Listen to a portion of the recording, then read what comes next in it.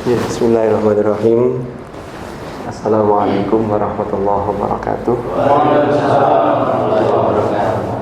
Alhamdulillah, wassalatu wassalamu ala rasulillah Sayyidina Muhammadin wa ala alihi wa sahbihi wa mawalah, amma ba'd. Yang saya hormati Bapak Irfan Wijaya, atau saya biasa memanggil dengan Mas Iing ya, panggilan. Alhamdulillah masih ada hubungan saudaraan. Yang saya hormati Ibu Budi Ati, Ibu. Yang saya hormati teman-teman semua di PT Fajar Mas Murni. Ya, leres ya. Alhamdulillahirabbil alamin. Ini tadi saya mendadak ditodong oleh Bapak Kepala Cabang ini ya, untuk bisa bersilaturahim di sini, ketemu dengan panjenengan semua. Sesungguhnya memang ini adalah hal yang patut kita syukuri karena kita bisa sambung silaturahim walaupun tanpa perencanaan yang panjang. Karena sesungguhnya tidak ada faktor kebetulan, karena semua itu sudah grand design dari Yang Maha Kuasa. Hanya kita ini seringkali mengucapkan kebetulan itu karena pandangan kita yang terbatas sebagai makhluk. Maka ini termasuk hal yang kita syukuri bisa bersilaturahim di sini. Mudah-mudahan silaturahim kita pada malam hari ini tidak berhenti sampai di sini saja, tapi nanti bisa terus kita sambung, bahkan nanti kita berharap pertemuan ini menjadi simbol atau miniatur kelak kita dipertemukan oleh Allah di surganya. Sholawat dan salam semoga tetap terlimpah curahkan kepada junjungan kita Nabi besar Muhammad sallallahu alaihi wasallam. Para bapak-bapak dan ibu yang saya hormati, ini yang sifatnya sharing saja. Kok tadi kalau disebut pengajian itu ngeri gitu.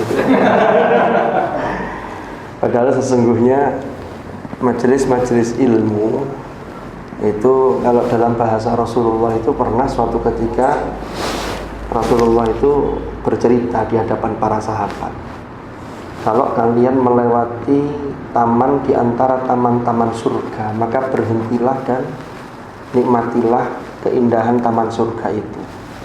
Sahabat bertanya, apa ya Rasulullah yang dimaksud taman surga itu? Ternyata Rasulullah menjelaskan taman surga itu yang di dalamnya ada pembahasan tentang ilmu atau majelis ilmu, yang ini bisa sedikit demi sedikit untuk kita ini melakukan kebaikan dan memperbaiki apa yang kurang baik dari diri kita. Maka itu disebut dengan taman surga. Nah, ini kalau kita teliti lebih jauh, mengapa majelis ilmu itu disebut dengan taman surga? Ini pertama, ini santai aja ya sambil ngobrol-ngobrol gini ya. Nanti nggak tahu nanti sampai jam berapa ya. Mungkin kultum atau 10 menit ya. Pengantarnya belum isinya. Nanti 10 menit pendahuluan, nanti isi berapa menit, nanti sambil kita bagi-bagi. Kalau kita lihat di dalam bahasa Arab itu kata duduk itu menggunakan jalasa dengan qo'adah. Ini kalau kita bicara bahasa Arab. Tapi kalau untuk bicara tentang ilmu, maka namanya majlis. Ternyata orang Arab itu pembedaan kata itu berpengaruh pada penggunaan. Jadi kalau duduk di bahasa kita, duduk itu sama. Mau duduk dari posisi tidur lalu kita duduk moro-moro silo, atau dari posisi berdiri kita duduk, itu sama duduknya. Tapi bahasa Arab itu beda. Kalau orang Arab habis berdiri kok kemudian duduk, itu pakai menggunakan qo'adah. Makanya tempat duduk itu bahasa Arabnya maq'ad. Tetapi kalau dari posisi rendah menuju berdiri itu jalasa, ijlis kalau perintah untuk duduk. Itu dari rendah ke berdiri. Kenapa kok terkait dengan ilmu itu disebut majelis, bukan maq'ad ilmu? Ini yang kemudian kata pakar bahasa Arab, karena dengan ilmu itu inilah yang bisa mengangkat kita dari yang rendah menuju yang tinggi di hadapan derajat kita di hadapan Allah. Makanya Rasulullah itu wanti-wanti betul. Jadi jangan sampai kita ini kemudian merasa minder, lalu kemudian saya tidak nyambung. Karena ilmu itu, kalaupun kita ngikut di majelis ilmu yang itu mungkin kita anggap tinggi, itu kalau kita sudah pernah dengar, nanti Allah akan bukakan pintu di tempat yang lain, itu nanti akan nyambung. Oh, dulu yang disampaikan maksudnya begini. Karena kan kadang-kadang kita paham itu tidak langsung. Jadi ada proses. Yang penting itu ada kemauan.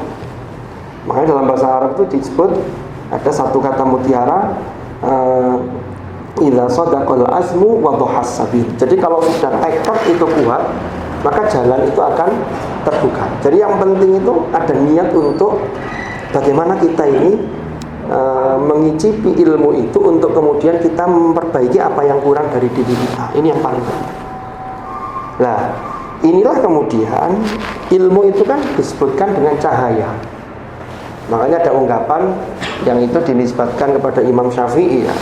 Al-ilmu nurun wa nurullahi la yuhda lil asl. Jadi ilmu itu adalah cahaya. Jadi ilmu itu sifatnya seperti cahaya, sama seperti agama. Agama itu cahaya. Kalau kita baca di juz 30 itu ada surat namanya Ad-Duha. Wadduha, demi waktu duha. Cahaya di waktu duha itu cahaya yang menyehatkan.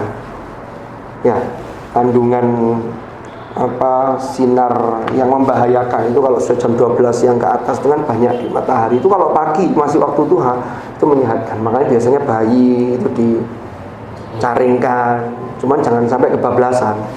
Kalau yang suka burung ya, bawa-bawa kan suka burung nih, burung yang beneran itu kan ada yang punya kemudian dicaringkan pagi. Tapi kalau kebablasan sampai jam 1 sampai jam 2 ini bisa kaku, bisa mati itu kadang-kadang. Jadi cahaya itu, sifatnya cahaya itu adalah cahaya itu akan pasti masuk melalui celah sekecil apapun. Itu sifat cahaya. Sama kayak sifat air. Cuman masalahnya, ketika ada sinar yang tidak bisa masuk, maka jangan pernah kita menyalahkan cahayanya. Tapi yang salah itu boleh jadi cahaya yang mau masuk itu sengaja kita tutup. Nah ini jangan sampai. Makanya cahaya itu sinar sekecil apapun dia akan masuk. Jadi cahaya agama itu cahaya. Lalu yang kedua, jangan sampai kita itu membelakangi cahaya. Ini kan sekarang kan zamannya foto pakai HP atau selfie gitu ya. Itu kalau kita selfie begini, lalu cahaya itu kita membelakangi cahaya, maka fotonya nggak bagus. Itulah yang kemudian dikenal dengan istilah backlight. Kenapa? Karena membelakangi cahaya. Maka yang bagus itu gimana? Kita sambut cahaya itu, kita menghadap cahaya, lalu diambil potretnya dari sana, itu akan bagus. Sama dengan kehidupan kita. Jadi ada cahaya kita sambut dengan serius, dengan baik, maka itu nanti yang akan bisa mempercerah kehidupan kita, termasuk nanti akan sampai ketika kita menghadap kepada Allah. Nah inilah agama, gitu loh. Nah belajar agama itu jangan khawatir. Jadi kalau kita lihat dalam runtutan ayat puasa itu, Allah itu tidak membebani orang itu secara kudu langsung. Itu ada tahapan-tahapan yang sudah kita lalui. Yang penting tadi itu ada niat untuk memperbaiki, dan jangan sampai kita merasa saya tidak bisa begitu, saya merasa masih sangat kotor. Tidak. Itu yang dalam bahasa Al-Quran ya, qul ya ibadiyalladzina asrafu ala anfusihim la taqnatu mir rahmatillah innallaha yaghfiru dzunuba jami'a. Jadi Rasulullah itu diperintah oleh Allah, qul, katakanlah wahai Muhammad, ya ibadiyalladzina asrafu, wahai hamba-hambaku yang asrafu, itu yang melampaui batas atau yang pernah melakukan dosa, la taqnatu mir rahmatillah, janganlah kalian berputus asa dari rahmat Allah. Jadi Allah itu innallaha yaghfiru dzunuba jami'a. Yang penting tadi itu kita ada niat untuk memperbaiki diri, dan itu berlaku di semua bidang. Jadi agama Islam itu sangat enak sekali. Makanya di dalam rangkaian ayat puasa itu ada ayat yuridullahu bikumul yusra wa la yuridu bikumul usra. Jadi Allah itu menginginkan untuk panjenengan semua, untuk kalian wahai umat Islam itu kemudahan, dan Allah tidak menginginkan kesulitan. Jadi jangan kita membayangkan yang berat-berat, karena kebaikan itu harus mulai dari sedikit-sedikit, dan itu dimulai dari hal yang kecil. Kalau kita paksakan langsung melakukan hal yang besar, itu biasanya tidak lama bertahannya. Tapi kita mulai proses sama kayak kita bekerja di sini di PT Fajar Mas Murni.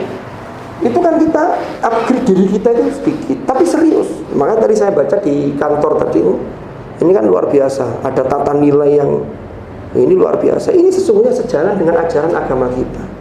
Jadi ada kredibel, mulai kompeten. Ini kalau dirinci, ini bisa 1 jam lebih kalau kita kaitkan dengan panduan di dalam agama kita. Nah, nanti kita akan masuk ke sana, tapi mungkin saya secara umum. Tapi yang penting melakukan sesuatu untuk memperbaiki diri itu tidak bisa langsung sekaligus. Contoh, kita yang umpama ngaji, alhamdulillah sudah ada pergerakan. Yang dulu belum kenal, sekarang sudah mulai baca. Ini juga harus sedikit-sedikit kita latih. Ya, umpama kita yang tidak pernah ngaji, murung-murung ngaji itu langsung setengah juz atau 1 juz. Itu paling bertahan hanya beberapa hari. Setelah itu protol lagi. Karena tidak kontinu. Lah kontinu inilah yang dalam bahasa agama itu namanya istiqomah. Istiqomah itu, ya, itulah jalan yang lurus. Makanya kita ini meminta dalam surah Al-Fatihah yang kita baca itu kan ihdinas siratal mustaqim. Ya Allah, berilah hidayah, berilah petunjuk kepada kami jalan yang lurus. Dan yang menarik di ayat ini sering saya sampaikan, itu menggunakan kata ganti yang bentuknya jamak. Jamak itu banyak. Allah tidak menggunakan firman-Nya dengan ihdinis siratal mustaqim tapi pakai na. Berarti apa? Disitulah dalam melakukan kebaikan, kalau kita ingin istiqomah dibutuhkan komunitas. Jadi ada support. Jadi komunitas baik itu perlu. Jadi kita masukkan di situ kebaikan. Kita bikin sistemnya. Itu nanti akan kuat. Sehingga orang mau melakukan kebaikan tidak sungkan. Karena kan tidak ada sistemnya, tidak terbentuk di komunitas itu. Itu kadang kita mau melakukan kebaikan tuh kalah dengan yang lain, sudah tidak enak kadang-kadang. Nah itu di awal memang butuh perjuangan. Kan begitu. Jadi agama itu betul-betul cahaya. Jangan sampai kita membelakangi agama itu karena yang terjadi nanti backlight. Wajah kita buram. Itu kalau sudah buram itu masa depan suram. Masa depan ya kalau hanya masa depan di dunia. Lah kalau naudzubillah, kalau sampai di akhirat yang sifatnya kekal, suram kan repot. Naudzubillah. Karena orang itu banyak salah paham bicara soal kesuksesan. Ya. Saya memahami bahwa sukses di dunia itu memang harus dikejar. Itulah makna Rabbana atina fid dunya hasanah. Tapi ingat, ini proses. Jangan sampai hanya ngejar sukses dunia tapi akhiratnya gagal. Berarti dia gagal. Karena sukses dunia itu dia akan menjadi sukses yang sesungguhnya kalau dia mengantarkan kepada sukses akhirat kita. Coba sekarang kita angan-angan. Kita ini punya kewajiban, bapak-bapak ini punya kewajiban nafkah, punya keluarga, kerja, kan begitu. Kita harus kerja, membiayai anak, istri, kan begitu. Kalau kita ada satu pertanyaan besar saja, nih kita hidup ini untuk apa? Kita ini mau kemana? Inilah bedanya di dalam agama kita dengan yang diusung oleh dunia barat. Kalau di dalam agama kita, itu landasannya ada dalam surah Al-An'am, yang itu kemudian potongan dari surah Al-An'am itu masuk di dalam doa iftitah yang kita baca. Ya, inna sholati, itu ayatnya kan kul inna sholati wa nusuki wa mahyaya wa mamati lillahi rabbil alamin. Sesungguhnya sholatku, ibadahku, hidupku dan matiku itu adalah lillah. Kata Imam Al-Ghazali. Imam Al-Ghazali itu seorang ulama yang luar biasa di abad ke-5 dan awal abad ke-6 Hijriah, karena beliau wafat tahun 505 Hijriah. Itu kata Imam Al-Ghazali, itu kata lillah itu memiliki 3 makna. Jadi lillah itu bisa karena Allah, untuk Allah, dan bagi Allah. Jadi karena Allah, untuk Allah, dan milik Allah. 3 ini. Nah, kalau ini sudah terbentuk, inilah yang kemudian dalam Islam itu dikenal dengan namanya teosentris. Makanya teosentris itu apapun yang kita lakukan itu kita pertanggungjawabkan. Lah orang-orang di dunia barat itu bukan teosentris tapi antroposentris. Jadi pusat itu adalah manusia. Pokoknya enjoy, menyenangkan bagi manusia dilakukan. Wong enak kok, wong suka sama suka, wong begitu. Tapi dalam Islam tidak bisa, semua harus lillah. Maka keinginan kita termasuk hawa nafsu manusia itu harus lillah. Lillah itu berarti dia dibimbing oleh agama.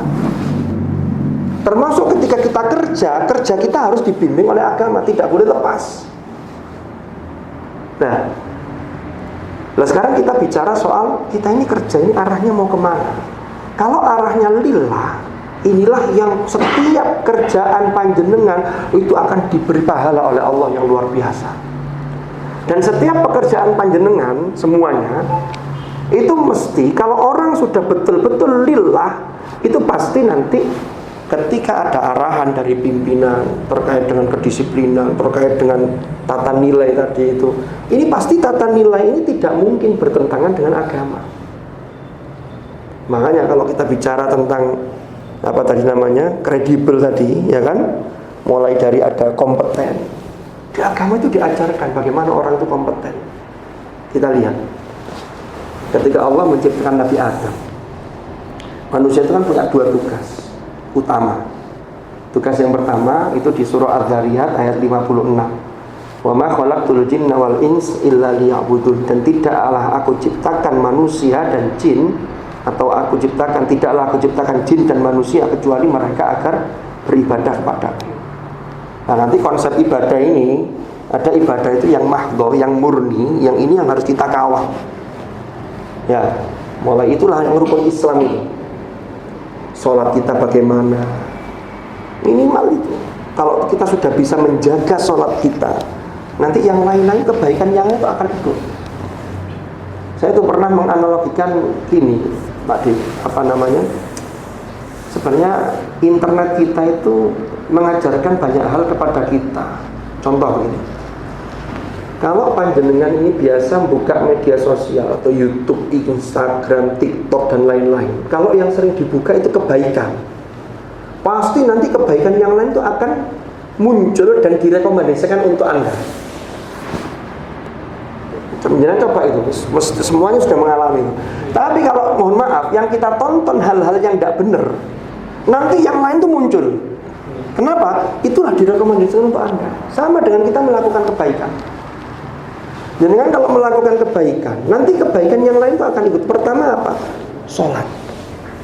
Sholatnya sudah sudah benar, tidak bolong-bolong. Itu nanti etos kerja akan meningkat.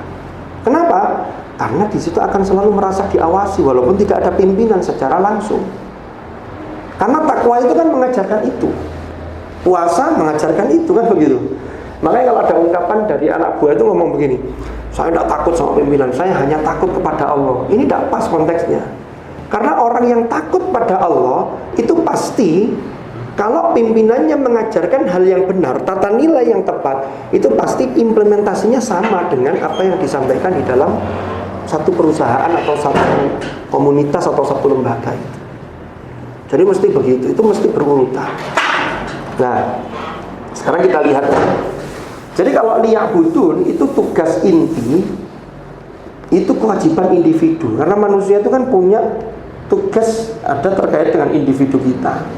Contohnya seperti sholat, puasa, itu tanggung jawab kita. Bahkan kalau bapak-bapak ya, nanti masih ditanya lagi tanggung jawabnya bagaimana anak-anaknya, bagaimana istrinya dan seterusnya. Itu juga ditanyakan kepada kita. Nah, lalu kemudian ada tanggung jawab di luar itu. Apa itu? Tanggung jawab sosial. Kita berada di komunitas, kita di masyarakat. Umpama kita pulang di masyarakat kita punya tanggung jawab sosial dengan lingkungan. Kita berada di tempat kerjaan kita punya tanggung jawab. Inilah tanggung jawab sosial inilah yang kalau kita lihat di dalam Al-Quran, Allah menugaskan manusia itu sebagai khalifah fil ardh. Nabi Adam, anak cucu Adam, Allah menyatakan di hadapan malaikat, inni ja'ilun fil ardi khalifah. Modalnya apa? Wa 'allama Adamal asma'a kullaha. Modalnya ilmu. Lah kalau bicara ilmu, maka kompetensi seseorang itu terkait dengan ilmu. terkait dengan keterampilan, terkait dengan kecakapan. Nanti responsif, bagaimana terkait dengan kecerdasan emosionalnya seperti apa. Dan itu harus diasah. Karena tidak ada manusia itu yang begitu lahir langsung pintar dalam segala hal. Al-Quran surah An-Nahl ayat 78 Allah berfirman, wallahu akhrajakum min butuni ummahatikum la ta'lamuna syai'a wa ja'ala lakumus sam'a wal absara wal af'idata la'allakum tashkurun. Jadi itu harus diasah. Dan kita itu mesti butuh masukan dari orang lain. Tidak boleh kita itu merasa, oh saya sudah paling benar lah. Kenapa? Karena manusia itu tempatnya kekurangan. Di sini kita perlu, inilah namanya komunitas, termasuk dalam mengerjakan sesuatu. Makanya dalam tata nilai ini ada yang namanya ada dinamik, ada inovatif, ada better, ada excellent, ada semangat dalam kerjasama, antusiasme, kan gitu. Lu itu komunitas yang baik, jadi saling mensupport. Nah ini kan luar biasa. Jadi tata nilai, saya tadi nemu, ya pas ke sebelah itu, oh ini bagus ini, kan begini. Nah sekarang terkait dengan itu. Nah bagaimana dengan kerja yang kita lakukan? Kalau tadi di surah Al-An'am Allah sudah menyatakan kul inna sholati wa nusuki wa mahyaya wa mamati lillah. Maka kalau sudah lillah, itu semua bisa bernilai pahala. Ini ada satu kisah. Dulu pada masa Rasulullah itu pernah Rasulullah itu setiap habis subuh itu biasanya beliau itu kan ya sama dengan para sahabat itu beliau menyampaikan beberapa hal. Baru kalau beliau mendapatkan wahyu atau mendapatkan hal yang penting, ini beliau biasanya naik ke atas mimbar. Makanya kalau panjenengan pernah umroh atau haji, ya kalau yang sudah pernah mudah-mudahan bisa kembali lagi. Kalau yang belum mudah-mudahan seumur hidup kita ditakdir bisa ke sana. Kan begitu. Nah ini Rasulullah dawuh, ma baina baiti wa mimbari raudhatun min riyadil jannah. Jadi ada tempat namanya raudhah, itu karpetnya hijau. Itu di situ tempat doa yang mustajab, doa dikabulkan. Tempat yang ada di antara kamarku, rumahku. Jadi rumahnya Rasulullah itu ya kamar di situ yang nyambung dengan masjid. Dengan mimbarku, tempat Rasulullah menyampaikan wahyu yang didapat dari Allah, dari malaikat Jibril, lewat malaikat Jibril atau mengajarkan para sahabat. Itu adalah Rasulullah menyebut raudhatun min riyadil jannah. Itu adalah satu taman di antara taman-taman surga. Kalau tadi kan ini ketemu dengan majelis ilmu tadi. Oh, jadi tempat itulah hari ini, tempat itu orang ketika masuk situ harus pakai tasrih. Kalau dulu antri gitu ya, kalau sekarang ada aplikasinya. Jadi untuk masuk situ, berdoa, sholat di situ dan seterusnya. Nah, Rasulullah SAW itu ketika habis subuh begini dengan para sahabat begini, ada salah satu orang di antara itu yang setiap setelah subuh itu tidak ikut majelisnya Rasulullah, tapi dia cepat-cepat pulang. Setelah itu melewati di depan sahabat begini untuk berangkat kerja. Akhirnya orang ini jadi rasan-rasan sahabat yang lain. Dirasani begini kata sahabat yang kalau dengan bahasa kita ya, nah apa sih itu, gimana itu, Rasulullah masih menyampaikan, kok itu kok sudah sibuk kerja. Nah, Rasulullah dengar sahabat yang lain kok ngerasani ini. Dan Rasulullah pirsa tahu bahwa orang ini ternyata dia ini harus membiayai keluarganya dan di rumahnya ada ibunya yang sudah sepuh yang dalam tanggungannya dia. Sehingga dia harus berangkat kerja itu pagi-pagi. Nah, setelah Rasulullah mendengar rasan-rasan sahabat tadi itu, akhirnya Rasulullah menyampaikan, dia melakukan begini ini sebenarnya dia melakukan ibadah kepada Allah, tapi dengan cara kerjanya itu. Yang penting kerja itu bisa bernilai ibadah itu kalau memenuhi dua syarat. Inilah yang kemudian para ulama, kerja itu bisa bernilai ibadah. Syaratnya yang pertama, shahihun fin niyah, niatnya benar. Jadi kalau dengan kerja umpama kita sekaligus untuk memperbaharui niat kita. Jadi kerja yang benar niatnya begini. Ya Allah, saya niat mencari fadhol atau karunia panjenengan di muka bumi ini untuk apa? Pertama, untuk beribadah pada Allah. Yang kedua, untuk memenuhi kewajiban memberi nafkah kita kepada orang-orang yang menjadi tanggungan kita. Ya begitu. Sehingga ini semua lillah. Jadi kalau melakukan itu, maka kerja itu akan serius. Dan kalau untuk memenuhi kebutuhan orang-orang yang menjadi tanggungan kita, maka nanti yang kedua yang harus diperhatikan adalah sahihun fit tahsil, prosesnya benar. Jadi kalau prosesnya tidak benar itu umpama ada orang niat niat lillah, tapi ternyata dia ngerampok, naudzubillah, dia nyuri, ngambil barangnya orang lain. Ini kan berarti sudah tidak benar prosesnya. Nah ini juga tidak bisa. Jadi harus memenuhi dua hal itu. Jadi kita ini kerja yang benar. Kenapa? Karena kerja yang benar itulah Rasulullah pernah dawuh dalam salah satu sabda beliau mengatakan begini, innallaha yuhibbu innallaha yuhibbu idza amila ahadukum amalan an yutkinahu. Jadi Allah itu mencintai, Allah itu senang apabila di antara kalian itu melakukan satu pekerjaan dan dilakukan dengan itqon. An yutkinahu. Itqon itu ternyata itu maknanya luas. Itqon itu kalau orangnya namanya mutkin, kalau kerja dengan itqon itu berarti kerjanya profesional. Berarti kerjanya memenuhi tata nilai yang seperti yang disebutkan ini. Itu masuk itqon. Itu Allah senang. Apalagi sudah memenuhi dua syarat tadi itu. Maka setiap keringat yang menetes itu menjadi pahala dan ladang ibadah. Kan kita ini hidup ini kalau hanya niat umpama loh. Boleh kerja niat wajah gue isok ini nanti biar dipandang orang eman. Toh kita hidup tuh berapa lama sih kan begitu? Saya panjenengan, mungkin di antara panjenengan ada yang sudah usia 40-50. Kalau 60 belum ya? Mungkin 50 sekian mungkin. Ada yang di atas 60 juga. 62. Iya. Ada atas 60 juga. Jadi orang hidup di dunia itu usia berapapun itu mesti rasanya lah baru kemarin. Pak Irfan ini sudah 42 ya?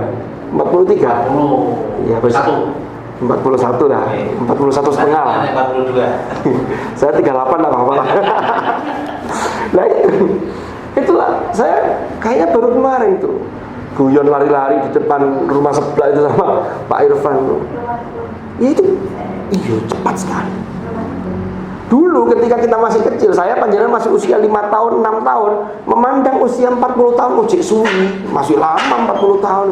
Tapi sekarang usia berapapun kita, baru kemarin tiba-tiba anak-anak sudah besar, cucu-cucu sudah besar. Makanya kalau tidak kita isi, kita cas diri kita tidak menghadap cahaya agar kita ini masa depan kita tidak buruk tadi itu. Kalau kita membelakangi backlight terus ini bahaya ini kan begitu. Jadi inilah yang sesungguhnya bagaimana pekerjaan yang kita lakukan itu betul-betul bisa bernilai ibadah di sisi Allah. Dan ternyata kalau kita lihat di dalam Al-Quran, orang yang dipuji di dalam Al-Quran atau dipuji oleh Allah itu bukan orang yang duduk wiritan tidak mau kerja. Itu tidak bagus. Kan pernah ada sahabat itu, kalau siang puasa, kalau malam tuh tahajudnya Masya Allah, tidak mau kerja. Jadi sudah pokoknya saya ibadah dong. Akhirnya istrinya lapor kepada Rasulullah, ya Rasulullah, suami saya tidak mau kerja, kalau siang puasa, kalau malam tahajud terus. Dipanggil itu sahabat itu, didhawuhi oleh Rasulullah, lapo sampean kok ini? Saya itu diutus oleh Allah sebagai Nabi dan Rasul. Tapi saya juga puasa, saya juga berbuka, saya juga bekerja, saya juga menikah, saya juga berkeluarga, lu kan begitu. Karena tadi itu tanggung jawab kita itu posnya banyak, tapi kalau itu kita niati lillah, itu semua menjadi ladang pahala. Yang itu yang harus kita niatkan. Jadi tidak. Jadi bukan semata-mata ibadah. Itulah yang dalam surah An-Nur itu ada ayatnya. Ayatnya begini. Rijalul la tulhihim tijaratun wala bai'un an dzikrillahi wa iqamis salati wa ita'iz zakat. Jadi yang dipuji Al-Quran itu adalah orang-orang yang la tulhihim tijaratun wa la bai'un an dzikrillah. Dia bekerja, tapi pekerjaannya itu tidak menjadikan dia lupa dari mengingat Allah. Wayai sholat, ya sholat. Lalu kalau kewajiban kita ada yang belum tuntas, saya tadi ngobrol sama Pak Irfan, ini luar biasa terobosannya ini. Jadi ada ngaji walaupun dimulai dari Umi. Tidak apa-apa, jangan minder. Mumpung jenengan ada komunitas. Kalau jenengan pulang ke masyarakat, daftar TPQ, tidak mungkin. Karena sudah kadung kemaluannya besar, sudah ada isi maksudnya. Sudah kadung malu gitu kan. Tidak mungkin kemudian daftar bareng anak TPQ. Nah ini ketika di sini dibikin komunitas seperti itu, jenengan tinggal semangat. Karena kita ini, itu tadi loh, itu kewajiban individu kita. Karena kewajiban individu kita itu termasuk kewajiban terhadap kitab suci kita. Minimal itu bisa membaca dengan baik. Tapi kalau kita sudah belajar, kok kemudian sampai naudzubillah umpama ya, malaikat Israel sudah menjemput kita, kita belum bisa membaca, tapi jenengan sudah dalam kondisi belajar, jangan khawatir. Itu ada hadis orang yang belajar seperti itu dan dia semangat, nanti di alam barzakh Allah kirimkan malaikat untuk ngajari dia. Jadi yang ngajar bukan lagi guru Umi, tapi langsung malaikat. Ini luar biasa. Jadi kalau ada yang nyari guru malaikat nanti bisa daftar nanti.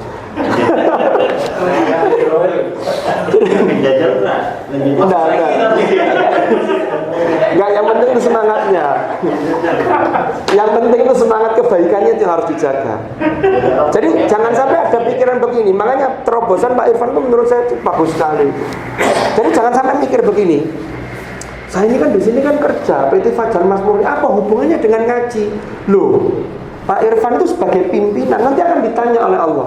Pak Irfan, jenengan sebagai pimpinan di sini, anak buahnya sudah tercukupi, sudah ditunaikan hak-haknya karena mereka sudah menunaikan kewajiban, sudah, kan begitu. Ada nggak yang belum terperhatikan? Dari hal mana? Itu Pak Irfan akan ditanya. Nanti kalau kemudian saya sudah ngundang guru ngaji, kemudian banyak yang tidak semangat, itu beliau sudah gugur kewajiban. Karena kan dalam Islam kan begini, di surah Al-A'raf di juz 9 itu ada ayat itu menceritakan kisah umatnya Nabi Musa. Allah berfirman, wa il qalat ummatum minhum lima ta'iduna qauma Allahu muhlikuhum. Jadi dulu umatnya Nabi Musa itu ada 3 kelompok besar.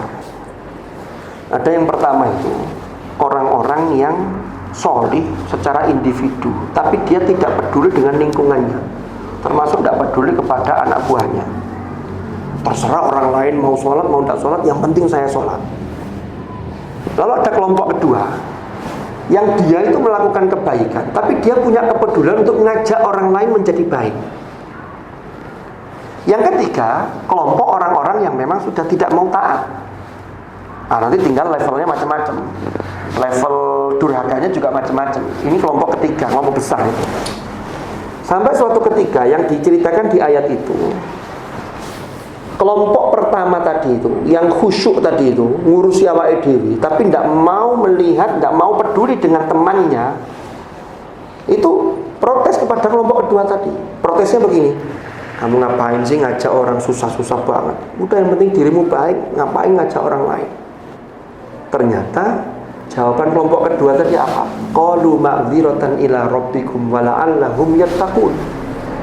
Ini nanti agar saya punya alasan di hadapan Allah ketika nanti saya ditanya, sampean punya anak buah, ngajinya gimana? Sholatnya bagaimana? Itu ditanya. Kalau kemudian sudah di sini sudah ada musholanya, sudah ada takmirnya yang ditunjukkan begitu. Sudah ada imam besarnya. Nah ini kan imam besarnya. Lah sudah di SK, sudah ini terus kemudian kok masih ada 1-2 yang tidak mau, itu sudah urusannya. Yang penting sistemnya sudah dibuatkan. Jadi Pak Irfan dalam hal ini, umpama nanti kalau ditanya oleh Allah, itu sudah gugur kewajiban. Karena kalau tidak ada sistem yang dibuat, tidak ada terobosan apapun, mengajukan urusannya sendiri-sendiri, tidak bisa. Karena dalam Islam itu yang diajarkan itu adalah kita ini ngajak orang untuk baik, itu diperintahkan. Termasuk bagaimana masuk surga sendirian itu tidak enak. Makanya masuk surga itu enak bareng-bareng. Dan orang masuk surga itu mesti bareng, sama kayak masuk neraka. Itu diceritakan dalam surah Az-Zumar. Wasiqal ladzina kafaru ila jahannam zumara. Itu digiring itu rombongan. Ini kelompoknya. Makanya alangkah indahnya nanti kalau kemudian itu Fajar Mazmur ini lalu ada rombongan dipimpin Pak Irfan, masya Allah, lalu bareng-bareng itu nanti bisa reuni di sana. Tapi di sana insya Allah sudah tidak dikasih tugas untuk target sudah ada. Bila tinggal menikmati saja, jadi targetnya sudah selesai. Tinggal bonusnya. Loh, di sana tidak ada target tapi bonus dapat, jangan khawatir.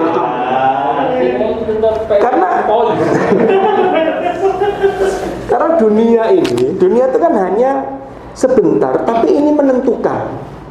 Makanya dalam hadis itu disebutkan ad-dunya mazra'atul akhirah. Dunia itu ladangnya akhirat. Nanamnya di sini, panennya nanti. Jadi kita ini harus sabar dulu orang beriman. Nah, ujiannya begitu. Nah, inilah ada satu hadis yang bisa kita jadikan untuk modal dalam kehidupan kita, termasuk untuk peningkatan etos kerja kita. Hadisnya itu singkat, tapi hadis ini masya Allah kalau dikupas luar biasa. Rasulullah pernah menasihati salah seorang sahabat. Beliau dawuh begini, ada 3 nasihatnya. Ittaqillaha haitsu ma kunta. Ini nasihat pertama. Bertakwalah kamu haitsu ma kunta, itu dimanapun, kapanpun dan dimanapun kamu berada. Sepi, rame, ada orang, tidak ada orang, tetap takwa. Nah, takwa itu apa? Sayyidina Ali itu pernah ditanya. Sayyidina Ali itu termasuk keponakannya Rasulullah yang kemudian mendapatkan putri Rasulullah. Ini adalah orang pertama masuk Islam dari kalangan anak-anak. Awwalu man aslama minas sibyan. Sayyidina Ali ditanya, takwa itu apa wahai Sayyidina Ali? Kata beliau, takwa itu indikatornya 4. Yang pertama, al-khaufu minal jalil. Takut terhadap Allah. Al-Jalil itu adalah zat yang maha agung. Nah, takut kepada Allah itu bagaimana implementasinya? Itulah sifat ihsan. Kan dalam agama itu ada Islam, ada iman, ada ihsan. Ihsan itu kalau dalam hadis penjelasannya, anta budallaha ka'annaka tarahu fa illam takun tarahu fa innahu yaraka. Ini bisa kita terapkan dalam pekerjaan kita. Apa itu ihsan? Anta budallaha ka'annaka tarahu. Engkau menyembah Allah, engkau beribadah kepada Allah seakan-akan engkau melihat Allah. Tapi kan manusia ini melihat itu, kalau kita berada di dunia, maka melihat secara zahir itu tidak bisa. Karena dalam surah Al-An'am disebutkan ayat la tudrikuhul absar wa huwa yudrikul absar wa huwal latiful khabir. Sehingga melihat ini dengan keimanan, dengan mata batin kita. Maka kalau kita ka'annaka tarahu, kalau itu belum mampu kita lakukan, fa illam takun tarahu fa innahu yaraka. Kalau engkau tidak bisa melihat Allah, maka yakinlah bahwa Allah melihat engkau. Sama dengan kita terapkan dalam pekerjaan kita. Kalau kita berbuat ihsan, ada takwa di situ, maka pekerjaan kita akan baik. Contoh, kita melakukan pekerjaan. Ketika panjenengan diawasi oleh pimpinan, wah, jangan gak berani nyantai-nyantai. Wah, serius, apalagi kerja-kerja dengan begini. Kenapa? Karena jenengan tahu bahwa ini ada Pak Irfan ini ya, atau ada pimpinan, atau ada pengawas yang lain ini, atau ada direktur yang datang begitu kan? Gak berani. Lah kalau ini diterapkan, ya, umpama yang pertama tadi, walaupun secara fakta atau secara wujudnya tidak ada pimpinan, tapi panjenengan selalu merasa dilihat oleh pimpinan, maka pasti etos kerja kita semua akan baik. Itu sifat ihsan. Jadi ihsan itu level yang tinggi itu seperti itu. Makanya orang itu baik tidak hanya ketika dilihat orang, tapi masya ijen sepi rame tetap api.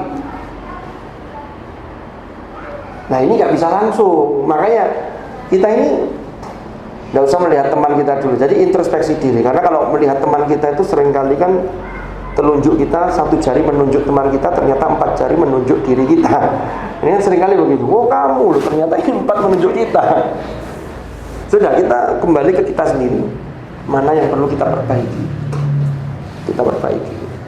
Dan itu yang penting tadi itu, niat untuk memperbaiki ada, lalu kita latihkan, maka insya Allah nanti akan berproses, akan menjadi lebih baik. Tapi kalau sudah niatnya sudah tidak ada, wis males, gimana niat untuk baik saja sudah tidak ada, pasti kita tidak akan menjadi baik, kecuali hanya untuk mengelabui orang-orang yang boleh jadi menuntut kita, tapi ternyata faktanya tidak begitu, hanya untuk mengelabui luarnya. Itu bukan gambaran sifat ihsan, berarti bukan gambaran takwa yang sesungguhnya. Jadi makanya kalau kita Jumatan, setiap Jumat ittaqullah, kita dengarkan ittaqullah, habis itu nggak tahu kemana sudah gitu. Karena capek banget gitu kan, sehingga waktu khutbah itu adalah waktu terbaik untuk istirahat siang gitu. Ini repot ini. Jadi aku kata sama saya dengar aku tantangannya untuk baik. Jadi ittaqullah Rasa dituding ini. Nah, saya kadang nuding sama siapa Jadi yang pertama kata Sayyidina Ali itu al-khawfu minal jalil. Implementasinya tadi ihsan tadi. Yang kedua apa? Wal amalu bitanzil. Melaksanakan atau beramal sesuai dengan tuntunan Al-Quran. Al-Quran itu tanzil. Maka dalam surah Yasin kan ada tanzil al-azizir rahim. Karena Al-Quran diturunkan oleh Allah, zat yang maha aziz, maha rahim. Ya. Nah tuntunan lewat mana kita belajarnya? Termasuk melalui majelis-majelis ilmu. Kita langsung, saya mau melakukan semua ya. Proses. Terus pokoknya kita ada niat baik sedikit terus, itu dijaga terus. Kebaikan yang sudah kita lakukan itu dijaga, tapi tetap ada progres untuk peningkatan. Itulah sesungguhnya istiqomah. Orang yang istiqomah itulah yang nanti Al-Hati tahu kama qol, itu ada ungkapan al-istiqomatu khairun min alfi karomah. Jadi istiqomah itu lebih baik dibanding 1000 karomah. Jadi istiqomah itu. Lalu yang ketiga indikatornya kata Ali bin Abi Thalib nopo? Ar-ridho bil qalil. Apa itu ar-ridho bil qalil? Manusia itu kan berusaha. Kadang-kadang kita itu mendapatkan sesuatu umpama sudah berusaha secara hitung-hitungan, secara sunnatullah, hitung-hitungan secara matematis sudah kena ini. Tapi kok ternyata meleset, begitu ya. Kemudian kita tidak dapatkan itu, tetap ada evaluasi. Ini berarti yang kurang di mananya?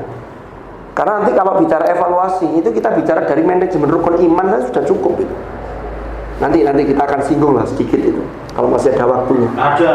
Nah, lah, ar-ridho bil qalil itu maksudnya kita ini umpama sudah menargetkan sesuatu, tapi kok kemudian sedang diuji, umpama yang kita harapkan kita peroleh itu tidak sebanyak apa yang kita harapkan.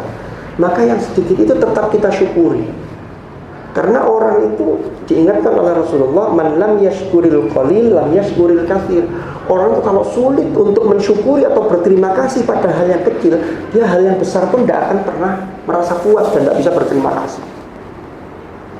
Jadi kita itu termasuk menghargai orang lain. Man lam yashkurin nas lam yashkurillah. Orang yang tidak bisa berterima kasih kepada orang lain itu sulit berterima kasih, bersyukur kepada Allah. Jadi ada bantuan sedikit pada kita dari teman kita, kita ucapkan terima kasih. Atau terima kasih itu tidak harus terucap, tapi mungkin dengan hal-hal yang lain. Itu luar biasa itu. Jadi yang ketiga itu indikatornya kata Sayyidina Ali, ar-ridho bil qalil. Dan yang terakhir kata Sayyidina Ali, indikatornya adalah wal isti'dad liyaumir rahim. Apa itu al-isti'dad liyaumir rahim? Mempersiapkan untuk nanti hari ketika orang itu merasakan atau melakukan perjalanan panjang. Kapan itu perjalanan panjang? Orang kalau sudah wafat, dia masuk ke alam barzakh, sampai nanti penentuan tempatnya di akhirat, itulah perjalanan panjang. Orang yang takwanya bagus, itu dia akan berpikir ke arah sana. Itulah yang dalam bahasa Rasulullah disebut al-kayyis man dana nafsahu wa amila lima ba'dal maut. Orang yang cerdas itu adalah orang yang mampu menundukkan dan mengendalikan hawa nafsunya, sekaligus dia sudah mempersiapkan lima ba'dal maut. Nanti setelah kematian itu apa yang sudah kita siapkan? Karena persiapan itu tidak bisa ketika nanti. Persiapan itu masih sebelumnya. Kita mau mudik saja persiapannya sebelumnya. Ya, nggak bisa. Udah jalan dulu aja mudik, nanti tinggal persiapan. Ya apa yang mau dibawa repot. Jadi persiapannya masih sebelumnya. Lah mumpung kita masih diberi kesempatan hidup, ini kita sempatkan untuk termasuk al-isti'dad liyaumir rahim. Jadi kalau Sayyidina Ali menggambarkan ittaqillaha haitsu ma kunta, takwa itu 4 hal. Sayyidina Umar beda lagi. Umar ditanya, takwa itu seperti apa wahai Umar? Umar langsung mencontohkan. Beliau jalan di sebuah tempat yang banyak duri di situ, dia berjalan hati-hati, pakai sandal, lalu jalannya hati-hati. Lalu Umar mengatakan, takwa itu seperti ini. Kenapa? Kita berjalan di tempat yang penuh dengan duri, kita berhati-hati, tidak asal-asalan. Maka beliau menggambarkan bahwa dunia ini penuh dengan ranjau. Dunia itu kan disebutkan dalam Al-Quran mata'ul ghurur. Mata'ul ghurur itu apa? Perhiasan yang koyok-koyok indah, tapi dia menipu. Kita ini kalau hanya tujuannya dunia, tidak akan pernah puas. Dan itulah setan tuh cita-citanya begitu. Makanya dalam juz 3 di surah Ali Imran itu ayatnya asyaitonu ya'idukumul faqra wa ya'murukum bil fahsya. Setan itu akan menakut-nakuti kalian itu dengan kekurangan, sehingga akan selalu merasa kurang. Dapat komisi umpamanya. Itu kalau kita tidak ada syukurnya, kita ngejar target boleh. Tapi niatnya tadi itu lillah, dan yang kita dapatkan ini bagaimana pemanfaatannya untuk keluarga kita, untuk hal-hal yang baik. Karena dunia yang dipuji itu ketika dunia yang kita pakai, termasuk hasil kerja kita yang kita pakai, itu bisa mendukung untuk akhirat kita. Itulah dunia yang dipuji. Tapi kalau mohon maaf hanya untuk nuruti hawa nafsu yang selesai dunia saja, itu dunia yang dicela. Naudzubillah. Dan orang itu umpama, kalau kita hanya nuruti melihat dari sisi materinya saja, itu tidak akan pernah puas. Puas itu begini, puas itu bukan berarti udahlah saya segini aja lah, tidak ngejar target lagi. Tapi maksudnya begini, saya dapat sekian, ini peruntukannya untuk apa? Untuk menafkahi keluarga, untuk berjuang beribadah, untuk berjuang di jalan Allah dan seterusnya. Kalau kita niatnya dunia hanya untuk dunia, itu tidak ada selesai. Dan dunia itu cirinya, kalau sudah kepegang, itu biasanya rasanya menjadi biasa. Kita dulu kalau belum punya,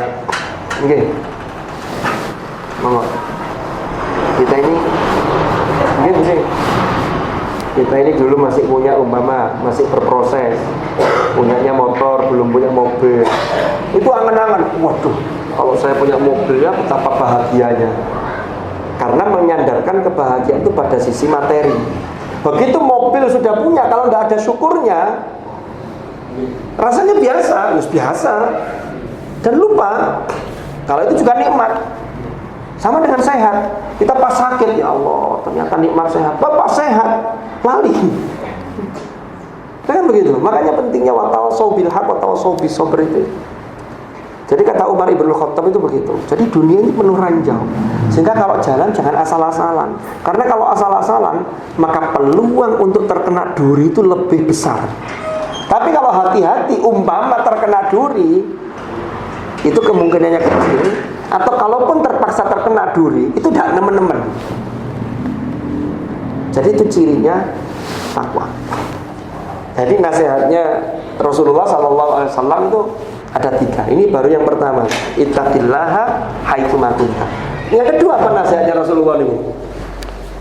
Wa atbi'is sayyi'atal hasanata tamhuha. Ya. Apa artinya? Ikutilah keburukan dengan kebaikan. Artinya begini, tidak ada manusia itu yang tidak pernah melakukan hal-hal yang tidak baik. Karena manusia itu mesti ada 2 sisi. Orang sing ketoke apik pun itu mesti ada sisi tidak baiknya. Gus Baha itu sering mencontohkan. Mama ada imam masjid, ada musola di kampung, sudah sepuh, mulai dari azan, pujian, qomat sampai ngimami diborong semua. Secara zahir boleh jadi dia bagus. Orang ini istiqomah sejak muda sampai tua. Itu nilai positifnya. Tapi negatifnya, dia tidak memberi kesempatan kepada yang muda. Tidak ada kaderisasi. Ini negatif. Toh dia juga tidak selamanya akan selesai. Tapi kalau dia legowo memberi kesempatan pada yang lain, kan ada di kampung kan begitu. Ada yang tidak mau diganti. Jadi takmir juga begitu, ada yang tidak mau diganti. Tapi kalau di sini insya Allah imam besar juga. Dan guyon ini. Nah, tapi kalau yang lain tidak siap, beliau siap, ya tidak apa-apa. Terus tetap istiqomah, bagus. Jadi manusia itu mesti begitu. Nah, manusia itu melakukan hal yang tidak baik itu bisa secara vertikal kepada Tuhan, bisa secara horizontal kepada manusia. Ternyata pesan Rasulullah itu, nek orang melakukan keburukan tanpa disengaja, maka lanjutkanlah atau ikutilah dengan kebaikan. Pertama, kalau kita kesalahan kepada manusia, minta maaf. Setelah minta maaf, lalu kemudian kita memperbaiki. Kita melakukan kebaikan. Kalau kepada Allah, kita tutup dengan kebaikan. Ya. Makanya orang bertakwa itu bukan orang yang tidak pernah melakukan salah.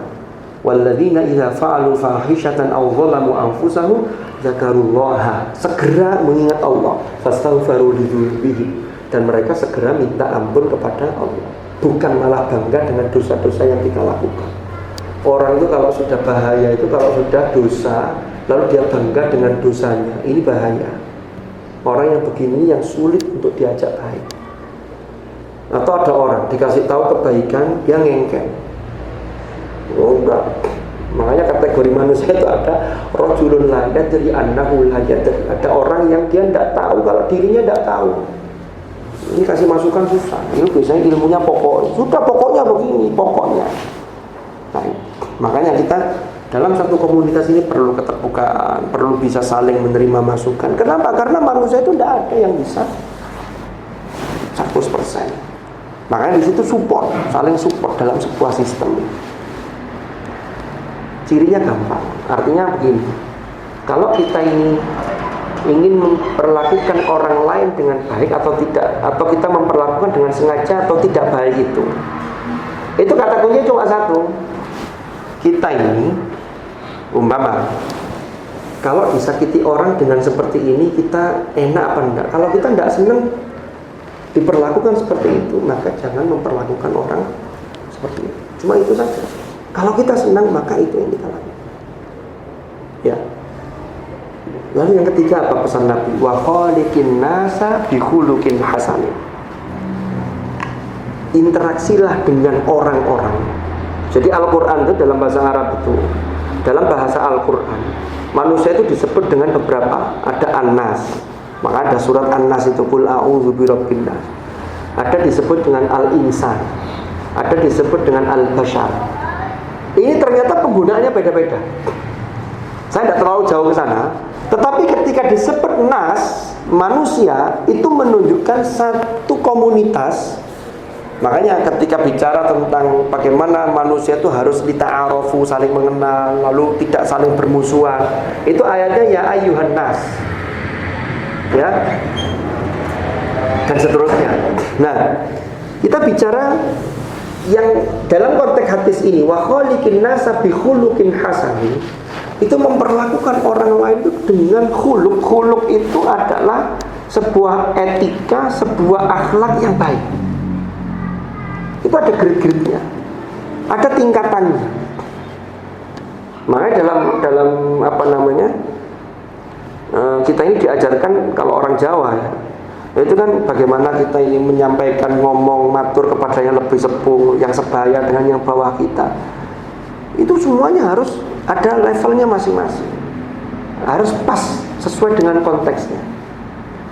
Nah, kalau dalam bahasa Nabi itu, Nabi itu berpesan begini, irhamu man fil ard yarhamkum man fis sama. Ya, tebarkanlah kasih sayang. Orang kalau sudah menebarkan kasih sayang, itu akan memperlakukan dengan baik orang yang ada di bumi, maka niscaya makhluk-makhluk yang ada di langit akan mengasih sayangi pada kalian.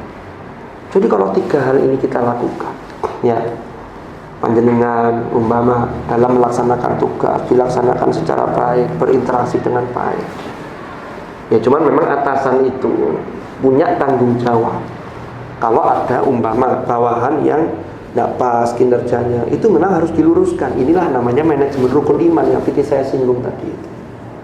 Apa itu manajemen rukun iman? Jadi begini, rukun iman ada 6. Pertama, iman kepada Allah.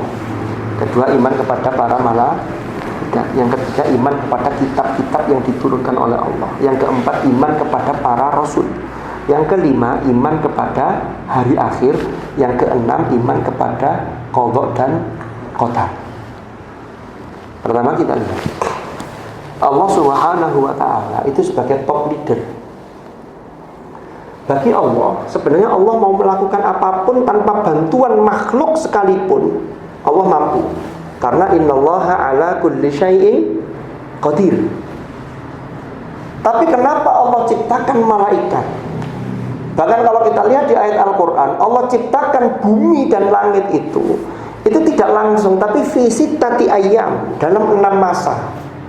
Ternyata hikmahnya Allah mengajarkan kepada kita sebagai makhluk itu sebuah proses. Rasulullah saja itu berdakwah menyampaikan Islam, termasuk proses turunnya Al-Quran kepada Rasulullah yang dibawa oleh malaikat Jibril itu 22 tahun lebih. Ada periode Makkah, ada periode Madinah. Seandainya kalau Allah mau langsung bisa, tapi ini Allah mengajarkan sebuah proses. Nah, itu yang harus kita pahami. Jadi Allah mengajarkan proses, kemudian Allah ciptakan malaikat, yang malaikat itu jumlahnya sangat banyak. Kalau kita bicara 10 malaikat, Jibril, Mikail, Israfil, Izrail sampai malaikat Ridwan, itu kan dalam ideologi atau i'tiqad Ahlus Sunnah wal Jamaah itu yang harus diketahui. Nama-nama malaikat termasuk yang disebutkan dalam Al-Quran, ya kan? Jibril disebutkan, Israfil. Nah, itu yang harus diketahui. Tapi yang lain banyak sekali. Ada malaikat Zabaniyah, Sanadus Zabaniyah yang dalam surah Al-Alaq itu. Ada malaikat-malaikat yang lain. Bahkan nanti perdebatannya, apakah 10 malaikat itu nama komunitas, ataukah 10 malaikat itu membawahi sekian banyak malaikat? Wallahu a'lam. Tapi yang jelas 10 malaikat itu punya tugas masing-masing. Malaikat Jibril menyampaikan wahyu, ya kan? Mikail membagi rizki dan seterusnya. Israfil meniup sangkakala. Ini jangan dibayangkan trompet seperti trompetnya tahun baru, bukan. Itu ternyata ada satu penemuan secara ilmiah. Malaikat Israfil itu Rasulullah hanya menyebutkan ada dalam riwayat hadis itu sangkakala itu seperti tanduknya sapi kerbau itu, bentuknya begitu. Ternyata trompet kan bentuknya begitu. Apalagi trompet zaman dulu, kalau jenengan lihat film-film Mahabharata itu kan, mau perang itu kan trompetnya kan dari tanduk itu. Karena ini kecil ujungnya, ini besar suaranya biar. Nah, ini ditiru dengan trompet yang sekarang, model yang trompet manual dari kertas itu ya. Kecuali kalau trompet-trompet yang baru kan juga, tapi sama, ujungnya kan melebar. Itu ternyata ada penemuan ilmiah. Galaksi kita itu adalah bagian kecil dari galaksi yang luas ini, dan kita berada di kulit bumi ini. Itu galaksi itu bentuknya itu menyerupai trompet begini. Panjenengan bayangkan kalau Israfil itu meniup dari sini, ini yang dalam ini kayak jenengan punya trompet tahun baru, jenengan masukkan kertas kecil-kecil di dalamnya, ketika ditiup berarti mudal kabeh. Makanya dalam surah Al-Qari'ah itu gunung-gunung itu disebutkan wa takunul jibalu kal'ihnil manfus. Jadi gunung itu berterbangan seperti kapas. Itu ternyata ada titik temu. Tapi faktanya nanti seperti apa wallahu a'lam. Tapi hanya malaikat Israfil tugasnya itu. Tapi jangan kemudian kita berpikir lah, saiki lha apa malaikat Israfil tugasnya? Kan belum detail kan. Itu sudah wilayah keimanan. Dan itu malaikat tidak ada nganggurnya, karena mereka itu selalu bertasbih pada Allah. Sudah. Nah, malaikat itu kalau kita bicara Allah sebagai top leader, Allah menciptakan malaikat. Kalau malaikat diberi tugas itu untuk mengajarkan kepada kita bahwa disitulah pentingnya ada job description dalam setiap tugas di masing-masing. Jadi di sebuah perusahaan ini tidak mungkin semuanya jadi kepala cabang. Kalau kepala cabang semua terus sopo sing bagian security-nya. Ini kalau ada banyak kepala cabang nanti keputusannya ada di mana? Mari. Ini penanggung jawab utama. Jobnya jelas. Ini yang bagian ini wilayah sini, ini security bagian ini bagian OP, ini bagian yang di kantor, ini bagian ini. Dan semua itu sama dengan tubuh kita. Makanya dalam Al-Quran itu wa fi anfusikum afala tubsirun. Tidak ada saling iri. Kaki itu tidak pernah iri kepala. Diinjak-injak terus. Aduh, saya ingin di atas. Kenapa kok saya diinjak? Enggak. Ya sudah. Karena semua itu punya peran. Jangan sampai kita merasa bahwa saya kok di sini gini-gini aja.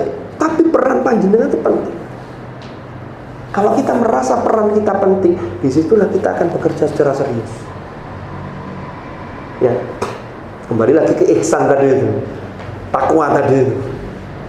Nah, malaikat itu ada pos-posnya masing-masing. Malaikat Malik yang bertugas jaga neraka itu diciptakan oleh Allah, tidak bisa senyum. Jadi kalau baca riwayat ketika Nabi Mi'raj, jadi Isra sampai Masjidil Aqsa, kemudian naik ke Sidratil Muntaha, itu ketemu di malaikat Malik. Malaikat Malik itu ketemu Rasulullah tidak nyapa sudah, metentang toh. Malaikat Jibril jelaskan, ya Rasulullah, seandainya dia diperintah oleh Allah bisa senyum, maka dia bisa senyum. Karena beda dengan manusia, kalau kita kan ketemu orang terhormat kan hormat, senyum. Malaikat nggak bisa, karena malaikat tidak disetting untuk bisa senyum. Karena bahaya kalau jaga neraka senyum, makanya bahaya. Kalau tiplas mau penduduk neraka. Jadi sudah desainnya sudah beda-beda. Dan malaikat nggak pernah kemudian iri kepada Ridwan. Itu sudah dilaksanakan tugasnya dengan sepenuh hati. Itu pentingnya job description. Nah, top leadernya ini memantau. Setelah itu iman kepada kitab-kitab. Kitab-kitab yang diturunkan oleh Allah itu sebelum Al-Quran ada namanya At-Taurat, wa anzala Taurat wal Injil. Kita harus meyakini itu. Tetapi kemudian Taurat dan Injil ini yang ori itu disimpangkan isi kandungannya oleh mereka, al-Yahud wan Nasara. Itu disebutkan dalam Al-Quran yuharrifunal kalima ammawafi. Sehingga sampai hari ini yang murni itu ada di mana? Wallahu a'lam. Tidak terdeteksi. Tapi di beberapa itu sesungguhnya ajarannya itu ketauhidannya sama, tapi kan kemudian ada penyimpangan. Sudah. Lalu kitab yang terakhir Al-Quran, ini yang dijamin kemurniannya. Kalau kita bicara kitab suci yang diturunkan oleh Allah, kitab suci itu menjadi apa? Ini menjadi acuan. Acuan hukum tertulisnya ada di situ. Kalau kita bicara Al-Quran, maka Al-Quran itu menjadi satu acuan untuk bagaimana agar proses kehidupan itu bisa berjalan dengan baik. Kalau dalam satu perusahaan, panjenengan pasti punya, makanya tadi ada tata nilai, ada visi misi yang harus dicapai bersama. Itu harus difahami bersama. Kan mesti ada meeting untuk mengingatkan kembali semangat kita bersama, kan begitu. Itu kan dicas, kita selalu dicas untuk kekompakan kita, lalu untuk semangat kerja kita dan seterusnya. Karena kalau enggak, ini nanti khawatirnya, ini nanti enggak sejalan. Ini maunya perusahaan tuh arahnya ke sini, itu melaku dewe lah, kan repot ini. Ini harus satu. Acuannya mana? Itulah dalam manajemen rukun iman itu kitab suci itu acuan. Nah, kitab suci yang berisi tuntunan dari Allah, ini butuh yang memasarkan.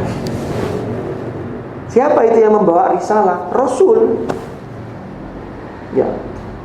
Maka Rasulullah itu yang mengawal kitab suci itu sekaligus sebagai sales, yang sales itu dalam rangka apa? Untuk menyelamatkan umat manusia. Wa ma arsalnaka illa rahmatan lil alamin. Jadi Rasulullah itu tujuan endingnya itu iki wong cek selamat. Makanya pernah suatu ketika Rasulullah itu memanggil orang-orang di sekitar Ka'bah itu di Mekah itu, mereka dipanggil. Akhirnya ngumpul semua. Lalu mereka ditanya, kalian percaya apa enggak kalian kalau saya sampaikan bahwa di balik gunung ini ada musuh yang akan menyerang? Orang-orang menyatakan, saya percaya wahai Muhammad. Kenapa? Karena Rasulullah itu sejak muda, bahkan sampai wafatnya itu, bahkan sejak sebelum diangkat jadi nabi sekalipun, itu tidak pernah melakukan satu kebohongan, baik kebohongan individu apalagi kebohongan publik. Makanya beliau dikenal dengan Al-Amin. Al-Amin itu bisa dipercaya. Orang yang menitipkan sesuatu itu merasa tenang. Orang yang di dekatnya itu merasa tenang. Itu Al-Amin. Akhirnya orang mengatakan, iya saya percaya. Makanya saya peringatkan bahwa nanti ada suatu hari yang nanti hari itu apa yang kita lakukan akan dimintai pertanggungjawaban. Kalau kita tidak beriman kepada Allah, maka nanti kita di akhirat akan sengsara. Di situ banyak kemudian orang-orang yang kemudian masuk Islam. Kecuali ada orang namanya Abu Lahab. Yang Abu Lahab itu nama aslinya Abdul Uzza. Dia protes, wahai Muhammad, dia kepamannya Rasulullah, apakah hanya karena ini engkau mengumpulkan kami di sini? Dia tidak mau. Itulah kemudian turun surat Al-Lahab, tabat yada abi lahabi wa tab. Jadi Rasulullah yang menyampaikan untuk keselamatan siapa? Manusia. Kan begitu. Jadi ada yang menyampaikan, ada yang membawa risalah. Nah, perusahaan ini kalau kita membaca dari manajemen rukun iman tadi, maka perusahaan ini biar dikenal, ada yang membawa visi misi perusahaan, ada yang menawarkan. Makanya begitu. Cuma nanti endingnya kembali lagi kayak yang tadi, bahwa kita ini memang memasarkan satu produk untuk di komunitas tertentu itu di bidang ya banyak hal ya. Lalu kemudian ini endingnya untuk apa? Tadi kembali ke tadi itu, bahwa tugas kita itu bekerja itu kembali pada lillah. Makanya bekerja itu kok lillah ada dalam surah Saba.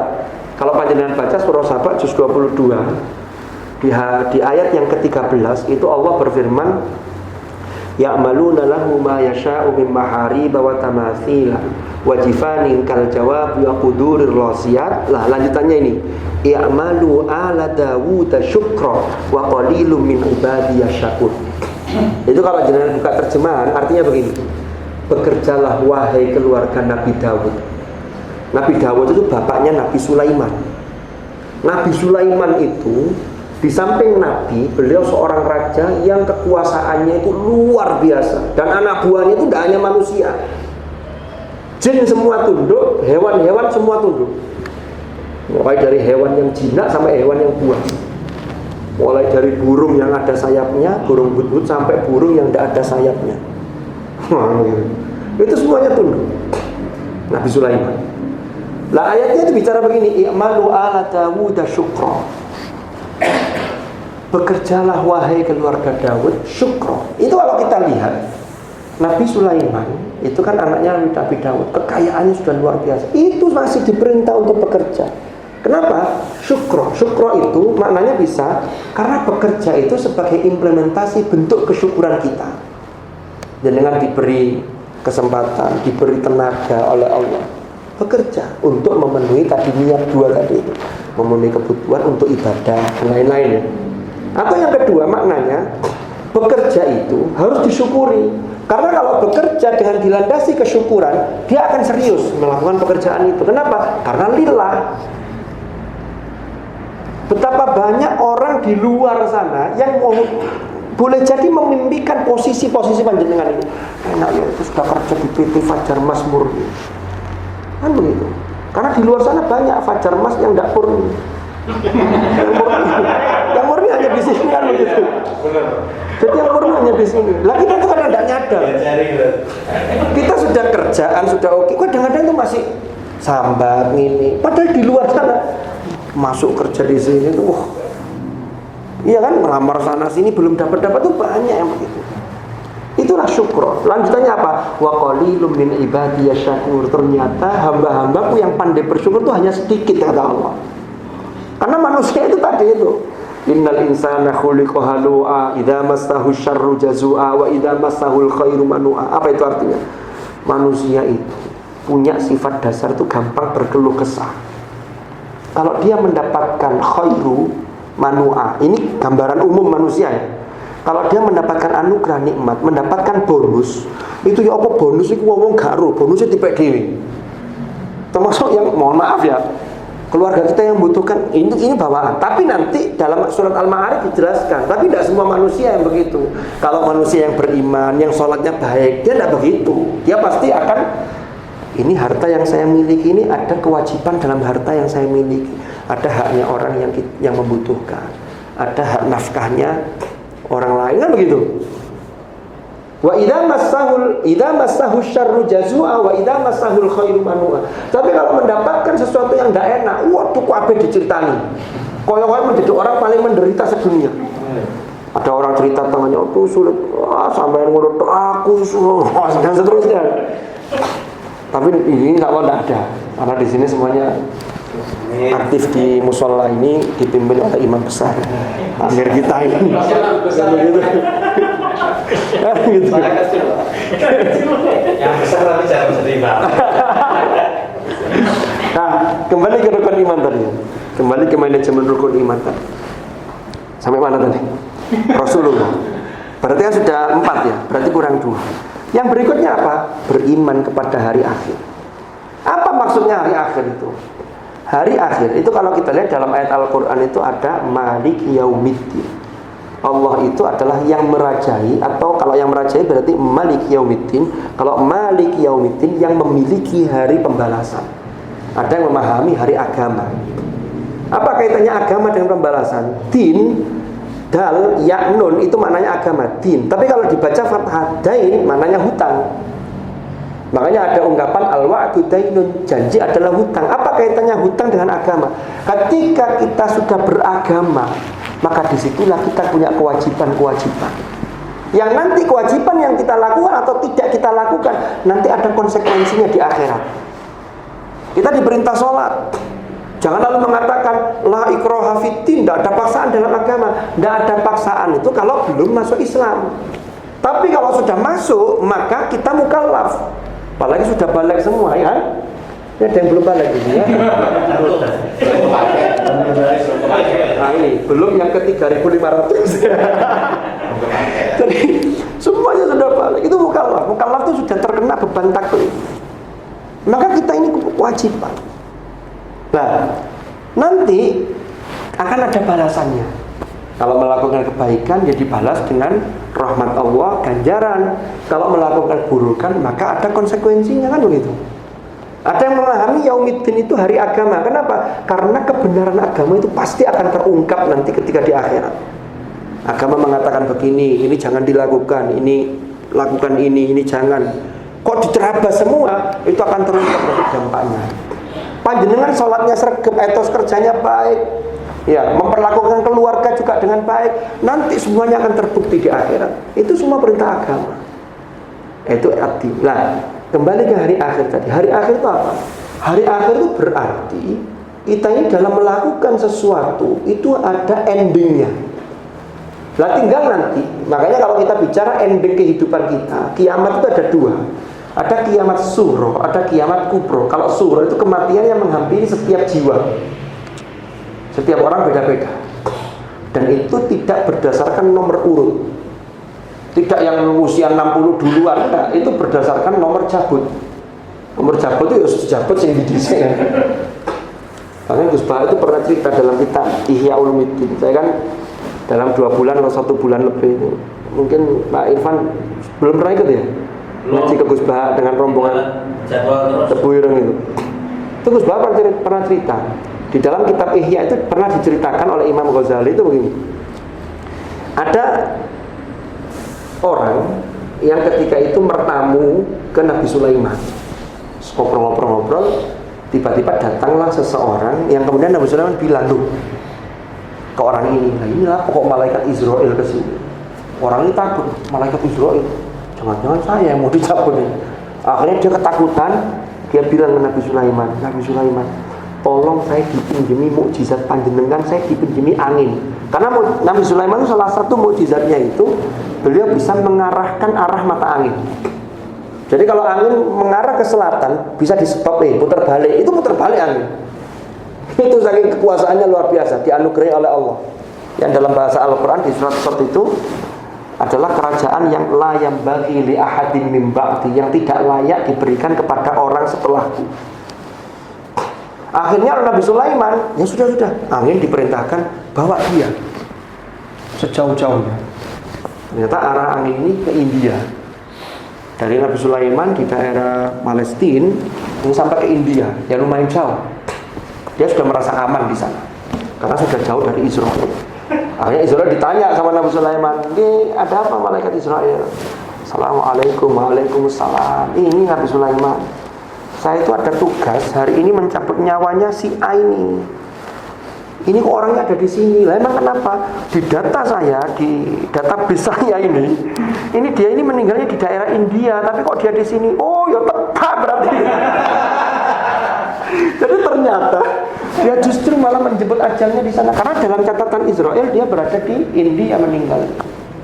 Jadi kita nggak bisa lari kalau sudah kiamat suro itu datang. Nah, kiamat suro itu berarti kan hari akhir dalam jangka. Jadi gini, ada jangka panjang yang nanti yang hakiki, ada jangka pendek yang kita tidak pernah tahu. Lah makanya dalam manajemen rukun iman, dalam satu komunitas termasuk dalam satu perusahaan itu ada target. Target itulah yang dikatakan dalam rukun iman itu hari akhir. Ini target jangka pendeknya. Ini capaian di tahun ini, nanti di trimester pertama, begitu. 3 bulan pertama, targetnya sekian. Ini harus tercapai sekian. Itu harus ada. Kenapa? Karena kalau ini tidak ada, ini kita tidak punya acuan untuk mengejar ini. Santai. Ini harus ada di sebuah perusahaan. Itu manajemen rukun iman mengajarkan begitu.